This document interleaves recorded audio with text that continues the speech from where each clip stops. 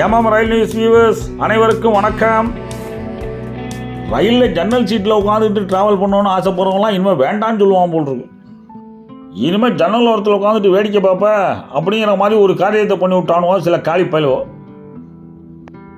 சூரத்லேருந்து சப்பராபுரா Tapti Ganga express train number 19045 यात्री हमारे साथ हैं जो कि சூரத்தில் காலையில் 10:10 கிளம்பு அந்த ட்ரெயின். அடுத்த நாள் காலையில் 6:45 பிரயாக்ராஜ் போயிடும். குஜராத்திலேருந்து கிளம்பி போய் கும்பமேளாவில் குளிக்கிறதுக்கு நல்ல சௌரியமான ட்ரெயின் இது. கும்பமேளாவில் குளிக்கிறது வேறு சுலபமாக புண்ணியம் தெடிக்கிறதுக்கு வழியாக வேறு இருக்கா. அதனால் நிறையா பேர் கூட்டமாக குஜராத்திலேருந்து கிளம்பி பிரயாக்ராஜ் போயிட்டு இருந்தாங்க அந்த ட்ரெயினில். நீங்கள் பார்த்துக்கிட்டு இருக்கிறது தப்தி கங்கா எக்ஸ்பிரஸுடைய B6 கோச்சு. மதியம் 3:15 ஜலாகலில் நின்று புறப்பட்டு போச்சு. வண்டி கிளம்பி ஒரு 5 நிமிஷம் இருக்கும். ஊரான் விட்டு கொள்ளையில் மாங்காய் அடிக்கிற மாதிரி கல் எடுத்துக்கிட்டு சர்ன்னு இந்த ஏசி போட்டி கண்ணாடியை பார்த்து விட்ருக்கானுவான் 2-3 காலி பசங்க. 3-4 கண்ணாடி உடஞ்சி பொலன்னு கொட்ட ஆரம்பிச்சிட்டு புண்ணியம் தேடி போகிறவங்க மேலே கல்லை விட்டு பாவத்தை தேடிட்டானோ அந்த பசங்க. B6 கோச்சு TTR சோகல்னால உடனடியாக புசாவால் ஸ்டேஷனை கூப்பிட்டு தகவல் கொடுத்து விட்டார். அடுத்த ஸ்டாப்பிங் அதுதான்.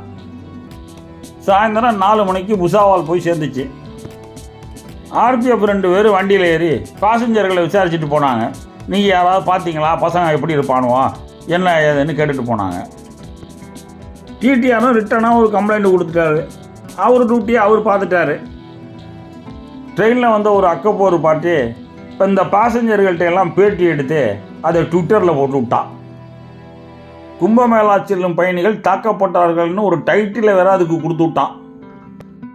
கேட்கவா வேணும், வீடியோ வைரல் ஆகிட்டு. அடுத்த நாள் காலையில் RPF இன்ஸ்பெக்டரு ஒரு ஏட்டையும் PCயையும் அப்படியே ட்ராக்கில் போய் பார்த்துட்டு வாங்கன்னு அனுப்பிவிட்டார். அவங்களும் சிவாஜி நகர் வரைக்கும் நடந்து போயிட்டு வந்துட்டோம் சார், கல் விட்டவனை ஒரு பயலை கூட காணும் சார்னு சொல்லிட்டாங்க. அவனும் இருப்பானுங்களா இல்லையாங்கிறத நம்மளை கேட்டாலே சொல்ல மாட்டோம். இவர் தான் அந்த இன்ஸ்பெக்டர். இப்போதைக்கு இதை சொல்லி சமாளிப்போம்னு சட்டம் தன் கடமையை செய்யும்னு சொல்லிவிட்டார். வீடியோ பிடிச்சிருந்தா லைக் பண்ணுங்கள், மறந்துடாமல் சப்ஸ்கிரைப் பண்ணுங்கள், ஷேர் பண்ணுங்கள். வணக்கம்.